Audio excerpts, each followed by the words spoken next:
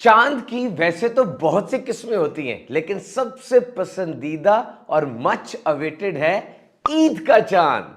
जी जनाब, ये आसमान पर भी होता है और इंसानों में भी होता है। कहते हैं ना, अरे भाई आप तो ईद का चांद ही हो गए। ईद के दिन के दो अहम तरीन काम पता है आपको?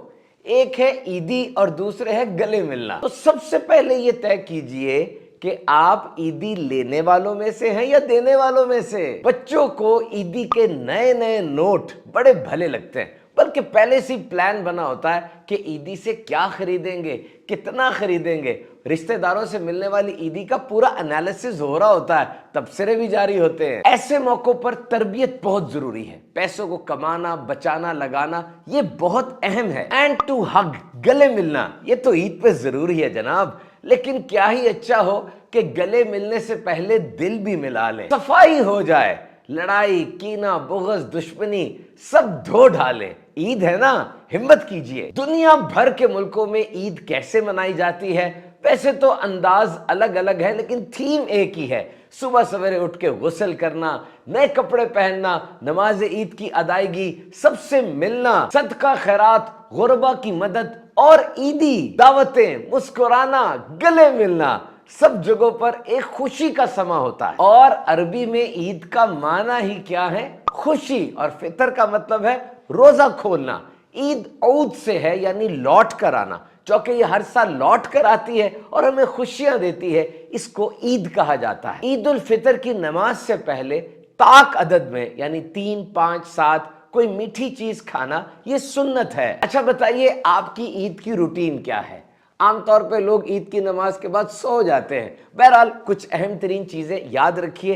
ईद तो नाम है मिलने का। कुछ रिश्तेदारों से मिलने के लिए कब्रिस्तान जाना होता है, कुछ के घरों में जाया जाता है। याद रखिए, बच्चे आपका इंतजार कर रहे हैं, आपके बच्चे भी दीगर का इंतजार कर रहे हैं। आमतौर पे ईद के पहले दिन सब ये कह के घर में होते हैं कि कोई हमारे घर आएगा, और अगले दिन को तो ससुराल डे कहा जाता है। सवारियां निकल पड़ती हैं जनाब, और जाकर ससुराल में दीगर जगहों पर दावतें की जाती हैं। शादी हो या ईद, कोई भी त्योहार हो, खुशी गमी का, सोशल मीडिया ने अंदाज ही बदल दिया। मुबारकबाद और मुलाकात का स्टाइल अब कुछ जदीद और मॉडर्न हो गया। हमारे जमाने में जनाब ईद कार्ड्स हुआ करते थे, सारे मिलकर चुनते थे कौन सा ईद कार्ड लिया जाए। अच्छी कैलीग्राफी, खुशखती के साथ नाम लिखा जाता था और फिर एनवेलप में बंद करके पेश किया जाता था। लेकिन अब तो ई कार्ड्स आ गए हैं। दुनिया भर में फैले रिश्तेदारों से वीडियो कॉल पर बात करना ज्यादा आसान हो गया। तो गेट टुगेदर्स हो,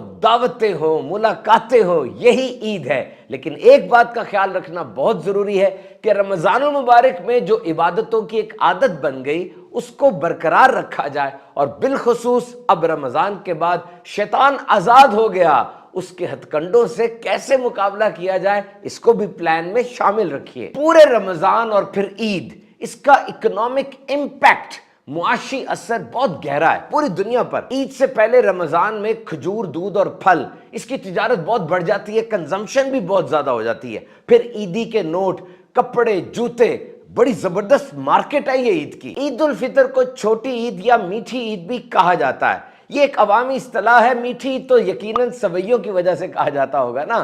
तो सवैया, vermicelli is actually a pasta alternative. ये पास्ता का अल्टरनेटिव है। एक कप में 200 कैलोरीज होती हैं, कार्बोहाइड्रेट्स और प्रोटीन भी बहुत है, लेकिन चूंकि मीठी है, एतदाल के साथ इस्तेमाल करनी है। बड़ी उम्र के अफराद यकीनन बचपन वाली ईद को मिस करते होंगे। आमतौर पे मशहूर भी यही है कि ईद तो बच्चों की होती है। नहीं जनाब, ईद सबकी होती है। आपके सोचने के अंदाज पे डिपेंड करता है। आप अपना रिस्पॉन्स देखें, खुश हो जाएं, छोटी छोटी बातों से खुश होना सीखें। देखें, बहुत से लोग सैलाब में बह गए, जल्जले में दब गए, कोरोना की हालत में दुनिया से चले गए, लेकिन अल्लाह के करम से हमें 2024 का रमजान मिला।